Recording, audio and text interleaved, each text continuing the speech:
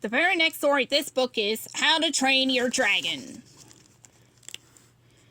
The Vikings of Bird Island were used to nightly attacks of flaming fireballs. After all, they had been fighting dragons for 7 generations. One teenager, Hiccup, wasn't a typical Viking where most were brawny. Hiccup was brainy, but that didn't stop him longing to be like the others.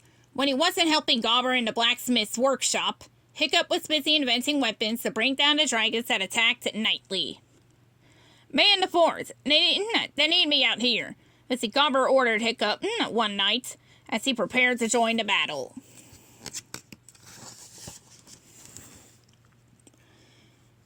Hiccup realized that this was the perfect opportunity to try out his latest invention, the Mangler. If he could bring down a dragon, he was sure his father, Stoik the Vast, would finally let him join the other teenagers in dragon training. As the dragons rampaged through the village, Hiccup carefully took aim and fired. The Mangler's bow whizzed through the air toward a deadly night fury. To Hiccup's amazement, it hit the giant beast and brought it down. Before Hiccup had the chance to celebrate, a monstrous nightmare chased him through the village. Luckily, Stoik was there to rescue his son.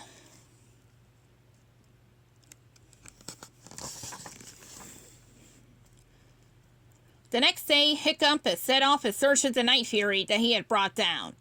He found the injured dragon lying in the woods, but Hiccup couldn't bring himself to kill it. "Who am I kidding?" he asked, as he untied the bowler from the creature's damaged tail. Suddenly, the mighty beast jumped on Hiccup's chest and let out a huge roar. It could have killed him there and then, but instead the Night Fury flew off clumsily. Later, Hiccup came across the dragon in a small cove. He realized he wasn't able to fly properly because of his damaged tail. So Hiccup started sketching ideas for a new invention. The more Hiccup thought about the Night Fury that had spared his life, the more he realized that there must be a lot that Vikings didn't know about dragons.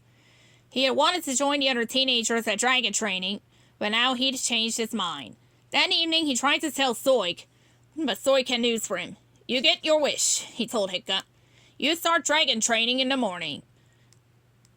As Stoik left on his latest dragon hunting expedition, Hiccup wondered what he was in for. The next day, the teenagers eagerly entered the dragon training ring.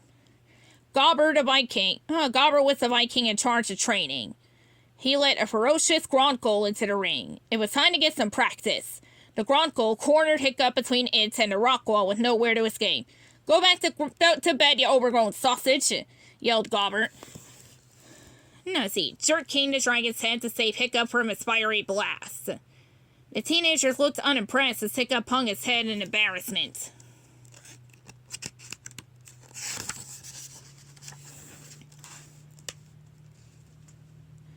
After dragon training each day, Hiccup worked hard, making a new mechanical tail fin for the Night Fury. But when he tried to attach his invention to the dragon, the big creature flicked his injured tail out of reach. "Stay still, Toothless."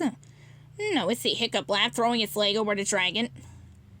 Suddenly, Toothless, named so for his retractable teeth, stopped eating and rocketed into the sky, pulling Hiccup with him. They shot upwards and wobbled in midair. "Ah!" yelled poor Hiccup, as they hurtled over the water, landing in the waves with a massive splash. Hiccup changed his design, and the next time he strapped on the tail fin, it worked perfectly. "We're flying!" cheered Hiccup as they soared through the sky. Every day, training grew harder and harder for the young Vikings. They fought Gronkles and deadly Natters. They tried to outwit Zipplebacks and terrible terrors. They battled with axes, swords, and shields. They learned how many shots of fire each dragon had, where to stand, and how to attack. When training was over, Hiccup made sure nobody saw him as he crept down to the cove to see Toothless. His new friend taught him some dragon facts of his own, such as where dragons enjoy being tickled and which fish they don't like to eat, especially eels. It was much more fun than fighting.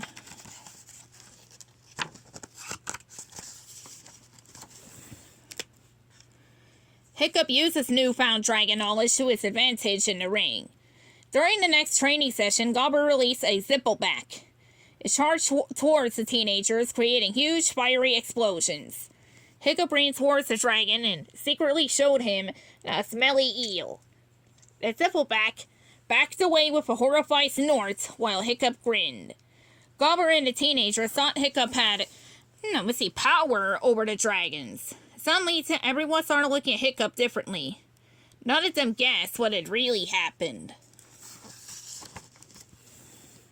When Stoik returned from his expedition, he heard all about Hiccup's success in the ring. "You really had me going there," he told Hiccup. 15 years is the worst a Viking Burke has ever seen. It was rough. I almost gave up on you." Hiccup smiled awkwardly as Stoik handed his son a huge Viking helmet. "I brought you something," Stoik said gruffly. "It will keep you safe in the ring."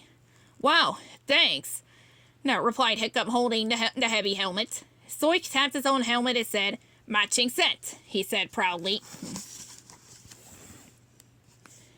Astrid, one of the younger teenagers at dragon training, began to notice that Hiccup spent a lot of time on his own.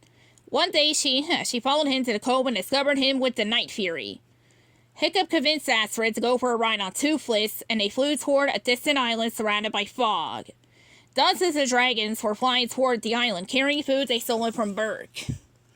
Suddenly, Hiccup and Astrid saw a monstrous, six-eyed beast. It was the Red Death. The teenagers realized that the dragons were feeding the Red Death, so he didn't eat them. Finally, they discovered why the dragons attacked their village.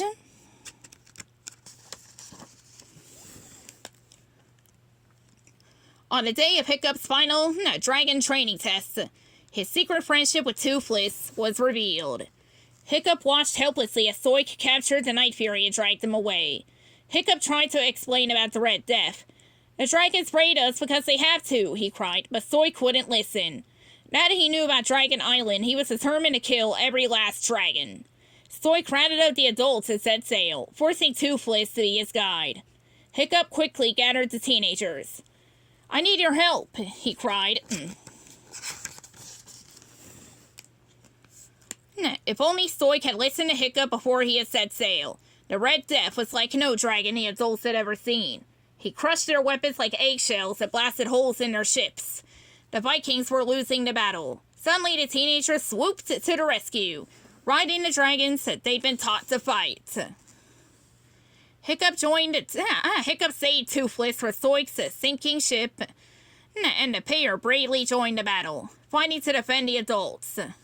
Stoik saw that Hiccup had been right all along. The dragons weren't the problem. It was the Red Death who was their real enemy. An angry shot of fire burst out of the Red Death's mouth, demolishing another ship. "It's unstoppable!" Gobber cried. Gobber's words gave Hiccup an idea. "What do you say we do things our way?" he whispered to Toothless. After blasting the giant beast's wings full of holes, Toothless and Hiccup flew in front of the dragon so he would chase them. Then they dropped into a nosedive towards the ground. The Red Death followed, fiery gas hissing from his mouth. Toothless let out a sonic blast. The Red Death couldn't stop. He swallowed the flames and exploded as he crashed helplessly to the ground. Hiccup's idea worked. They had destroyed the Red Death. But Hiccup's glory came at a price. He was injured in the fight. The story of Hiccup and the Red Death was told in every Viking house up and down the land. The long, long battle was over and the dragons and Vikings were free to be friends. Toothless and Hiccup were legends. Now everyone wanted to ride dragons instead of fight them, even Stoik. But flying dragons wasn't as easy as it looked, as Stoik needed plenty of training. Luckily, he had a Viking hero around to teach him. That hero's name was Hiccup. The end.